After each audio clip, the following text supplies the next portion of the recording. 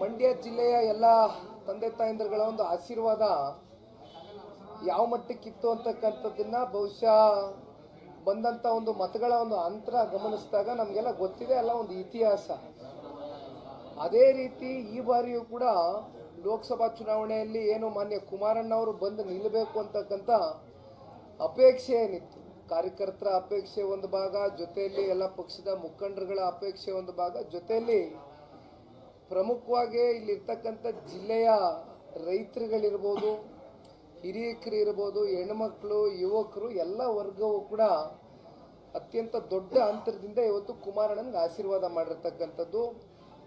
ಬಹುಶಃ ಹೆಚ್ಚಿನ ಒಂದು ಜವಾಬ್ದಾರಿ ಇವತ್ತು ಕುಮಾರಣ್ಣನ ಮೇಲೆ ಇರ್ತಕ್ಕಂಥದ್ದು. ಜಿಲ್ಲೆಯ ಒಂದು ಸಮಗ್ರ ಅಭಿವೃದ್ಧಿಗೆ ಕುಮಾರಣ್ಣ ಅವರು ಇನ್ನು 5 ವರ್ಷಗಳ ಕಾಲ ಅತ್ಯಂತ ಪ್ರಾಮಾಣಿಕತೆಯಿಂದ ಕೆಲಸ ಮಾಡ್ತಾರೆ ಅಂತಕ್ಕಂಥದ್ದು ನಮ್ಮೆಲ್ರಿಗೂ ಗೊತ್ತಿರ್ತಕ್ಕಂಥ ವಿಚಾರ. ಮುಂದಿನ ದಿನಗಳಲ್ಲಿ ಬಹುಶಃ ಅದು ನಮಗೆ ತಿಳಿತಾ ಹೋಗ್ತದೆ.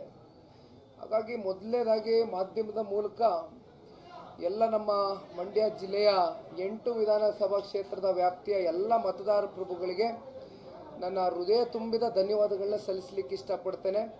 ಇವತ್ತು ಕುಮಾರಣ್ಣ ಅವ್ರ ಮೇಲೆ ಇಷ್ಟು ಒಂದು ಪ್ರೀತಿ ವಿಶ್ವಾಸವನ್ನು ಇಟ್ಟು ಇಷ್ಟು ಗೌರವದಿಂದ ಇವತ್ತು ನಮ್ಮನ್ನೇನು ಕಂಡಿದ್ದೀರಿ, ಈ ಪ್ರೀತಿ ವಿಶ್ವಾಸವನ್ನು ಗೌರವವನ್ನು ಉಳಿಸ್ಕೊಳ್ತಕ್ಕಂಥ ಪ್ರಾಮಾಣಿಕ ಕೆಲಸ ಒಂದು ಕಡೆ ಕುಮಾರಣ್ಣ ಮಾಡ್ತಕ್ಕಂಥದ್ದು, ಜೊತೆಯಲ್ಲಿ ಎಲ್ಲ ನಮ್ಮ ಮುಖಂಡರುಗಳು ಮಾಡ್ತಾರೆ ಅಂತಕ್ಕಂಥದ್ದು ಈ ಸಂದರ್ಭದಲ್ಲಿ ಹೇಳಲಿಕ್ಕೆ ಬಯಸ್ತೇನೆ.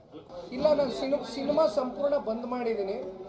ರಾಜಕಾರಣದಲ್ಲಿ ಇವತ್ತು ನನ್ನದಾದಂಥ ಜವಾಬ್ದಾರಿ ಇದೆ. ಒಬ್ಬ ಯುವಕನಾಗಿ ಇವತ್ತು ಪಕ್ಷವನ್ನು ಕಟ್ತಕ್ಕಂಥದ್ದಕ್ಕೆ ಈಗಾಗಲೇ ಪಕ್ಷದ ವರಿಷ್ಠರಿರ್ಬೋದು, ಜೊತೆಯಲ್ಲಿ ಕೋರ್ ಕಮಿಟಿ ಸದಸ್ಯರು ಜಿ ಟಿ ದೇವೇಗೌಡರು ಸಾಹೇಬರು ಇದ್ದಾರೆ, ಸಾಕಷ್ಟು ಜನ ಹಿರಿಯಕರ ಒಂದು ಸಲಹೆ ತಗೊಂಡು ಇವತ್ತು ಪಕ್ಷವನ್ನು ಇಡೀ ರಾಜ್ಯದಲ್ಲಿ ಕಟ್ತಕ್ಕಂಥ ಜವಾಬ್ದಾರಿ ನನ್ನ ಮೇಲೆ ಹೊರಿಸಿದ್ದಾರೆ. ಕಟ್ತೇನೆ. Thank you. 24/7. Thank you.